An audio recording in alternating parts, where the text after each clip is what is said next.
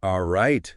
Welcome back, everyone. Ready to dive in? Absolutely, let's do it. Today, we're tackling a concept that's universal, whether you're on the court, in the boardroom, or just navigating everyday life. Momentum. Momentum. It's powerful stuff. It really is. And to understand it better, we're turning to insights from one of the greatest tennis players of all time, Roger Federer. A master of the game and a master of momentum. So let's get into it. Great. When we talk about momentum, what exactly are we talking about? Like, I know it when I feel it, but how would you explain it? Well, you could think of it like a snowball rolling down a hill. Okay. It starts small, but as it rolls, it picks up more snow, more speed, more power. Right. And pretty soon, it's this unstoppable force. So like in a tennis match, you win a point, then another.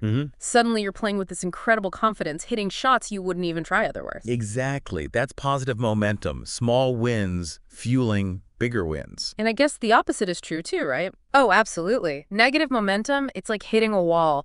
One mistake leads to another and doubt starts creaking in. It's a downward spiral. It is, and it can be tough to break out of. You start to overthink, get tense, and your performance suffers. So this is where Federer's approach comes in. Right. What's fascinating about Federer is how he understood momentum, not just as something that happens to you, but something you can actively shape. Okay, I'm intrigued. Tell me more.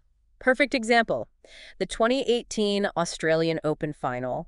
Federer's up against Marin Cilic, an incredibly tough opponent. Yeah, Cilic has a huge serve, right? Powerful player. Yeah. And Federer loses the fourth set.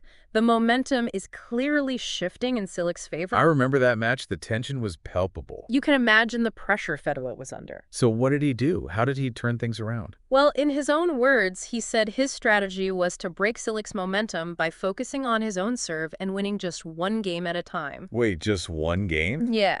He deliberately narrowed his focus, tuning out the pressure of the entire match and concentrating on that immediate task at hand. So by focusing on something small, he shifted the entire match. That's amazing. It is, and it might seem counterintuitive, but it's incredibly powerful. But how does that actually work?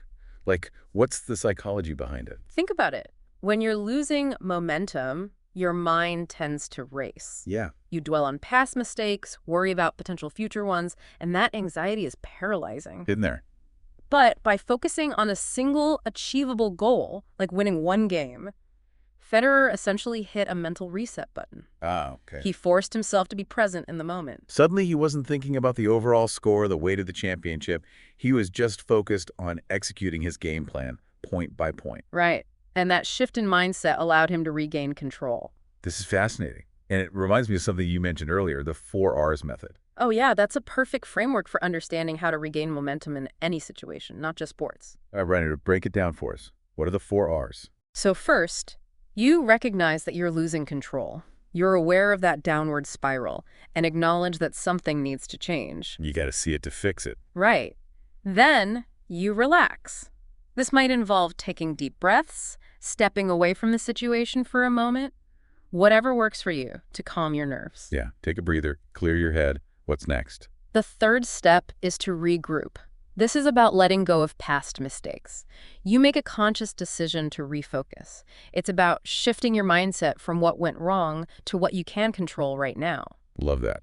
Regroup. I actually used that at work the other day. Oh, yeah. Had a meeting that was going south, took a mental step back, regrouped, and totally changed the direction. It really works. It's amazing how powerful that mental shift can be. It is. And then the final step is to refocus. You channel your energy into the present moment and take decisive action. You identify a clear, actionable next step and commit to it fully. So essentially, the 4Rs help you break that cycle of negative momentum, regain control one step at a time. Exactly. And you can see how Federer intuitively used elements of this in that Australian Open match. So, He recognized the shift, took a mental break by focusing on his serve, and then regrouped by zeroing in on winning that one game. which allowed him to refocus his energy and ultimately win the match. Right. So powerful. Now, you mentioned this applies to more than just sports. Absolutely. How can we use this understanding of momentum in our everyday lives? Give some examples. Think about any time you've faced a challenge. Sure. A tough deadline at work, writer's block, a personal setback, whatever it is. These moments often trigger negative momentum, but by applying the 4 Rs... You can turn things around. Exactly. It's about recognizing when you're losing control, taking a step back to relax and regroup, and then refocusing your energy on a clear next step. That's so helpful. And it's not just about overcoming challenges, right? Yeah. What about using momentum to actually create opportunities? That's a fantastic point. Federer wasn't just reacting to his opponents, he was proactively shaping the match. So how can you apply that same proactivity to your own life, your own goals? Can you anticipate potential roadblocks and use the 4 Rs preemptively? I like that. Can you use small wins to build positive momentum and open new doors? So it's about being intentional, Yeah. about No. creating your own momentum, not just letting it happen to you. Exactly. That's something for everyone to think about. How can we not just manage momentum, but actually harness its power to achieve our goals? Food for thought for sure. Definitely. All right, that's all the time we have for today's deep dive. Until next time. See you.